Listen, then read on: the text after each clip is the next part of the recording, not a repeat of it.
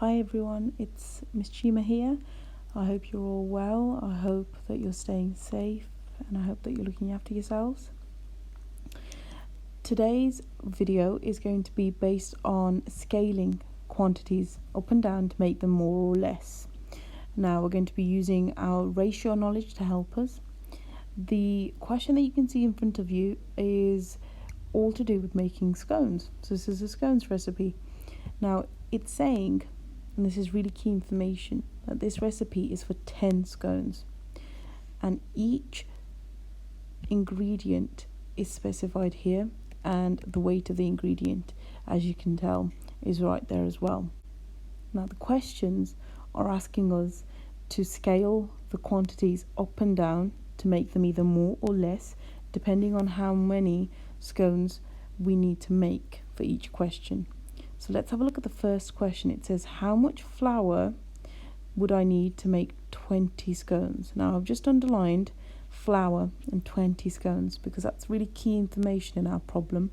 And one of the things that we do as part of our rucksack problem solving is underline key information. Now it says 20 scones. Therefore, we need to look at our original amount that we would create in the recipe, which is 10 scones, and think, what's the relationship between 10 and 20? What do we do to get from 10 to 20?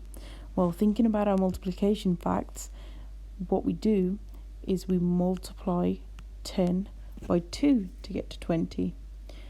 If that's the case, then what we need to do to get from 220 grams of flour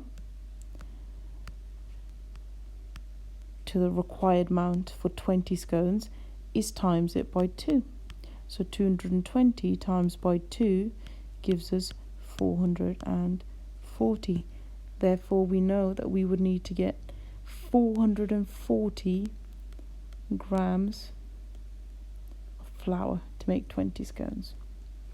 The next question says, how much sugar would I need to make 20 scones? Now again, because it's 20 scones, we already know that to get from 10 scones to 20, we multiply by 2. However, this time it's asking us about sugar. So if it's 25 grams of sugar that we would need for 10, how much would we need for 20? So for 10, it's 25. Times that by 2, which is 50. So for 20 scones, we would need 50 grams. Now,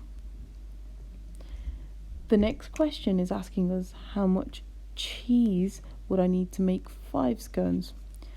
So let's use the same strategy that we've already used to work out 5 cones this time.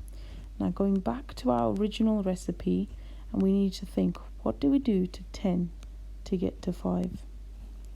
Well, to get from 10 to 20, we times by 2, but we know that 5 is half of 10. So to get from 10 to 5, we need to divide by 2. So in order to find out how much cheese I would need for 5 scones, we know we'd have to half that amount. So halving 50 grams.